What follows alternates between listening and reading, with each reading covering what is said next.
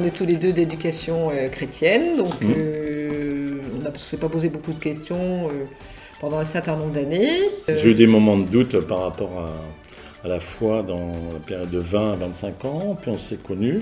Voilà. Mariés, nous avons eu 4 enfants. Et moi, j'étais déjà beaucoup engagée dans un mouvement qui parlait beaucoup de l'Évangile. Mais aussi, j'étais engagée, le prêtre m'a demandé de faire de la catéchèse et depuis ce temps-là, j'ai jamais arrêté.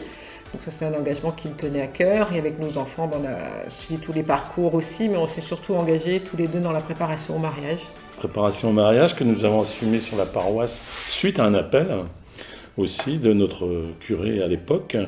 Pendant 30 ans, nous avons accueilli des fiancés. Ce qui m'a fait beaucoup de bien, moi, c'est la formation qu'on avait en parallèle, formation à l'écoute. Et ça m'a fait beaucoup avancer sur la place que j'avais dans ma famille. Et ça m'a fait un grand bien pour le choix que j'ai fait après. Donc, En parallèle, on a fait aussi beaucoup de partage d'évangile avec une religieuse pendant 10 ans, où on a fait de la lecture suivie d'évangile. Donc ça nous a permis de connaître plus le message et puis surtout après de l'adapter dans notre vie quotidienne. On a fait part de ça aussi à nos enfants en faisant de la relecture et se sont engagés aussi dans la CE. Ça, c'était plutôt notre vie familiale, de prière, des lectures d'évangile.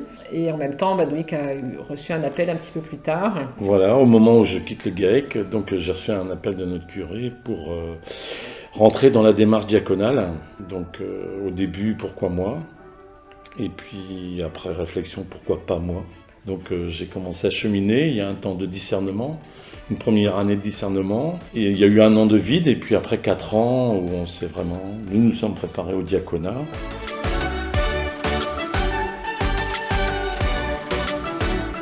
Mais c'est moi qui ai appelé, mais c'est une démarche, pour moi ça ne pouvait pas se faire autrement qu'en couple.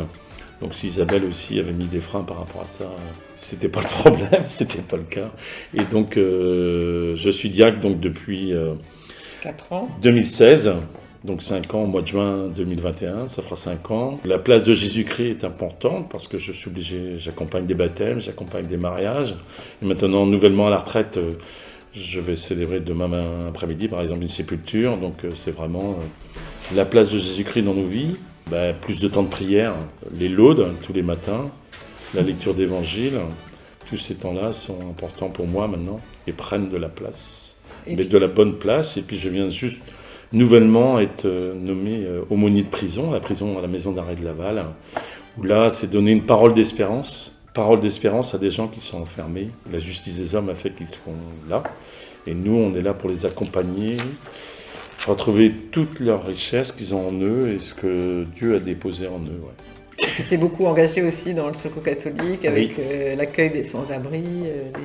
Donc c'est vrai que tu es plus appelé à plus des gens en marge et on le sent bien aussi même dans notre appel de couple, dans les jeunes qu'on accueille. La dimanche, on a reçu une jeune qui a perdu sa maman pendant le confinement et qui avait besoin d'évoquer des choses. Donc c'est vrai que notre vocation, Dominique a sa vocation de diacre, dans la vocation de couple, on est aussi à l'écoute de beaucoup de personnes. Moi j'écoute aussi, je suis sage-femme, donc dans toutes les personnes qui sont dans le deuil de perte d'enfants, deuil périnatal. Donc je pense que notre vocation commune depuis le début, c'est d'être à l'écoute et d'accompagner des personnes et de pouvoir faire qu'elles retrouvent un sens à leur vie, quelquefois, et surtout en lien avec Jésus, qui lui m'appelle à de l'espérance, et il est venu sur terre pour sauver chacun de nous.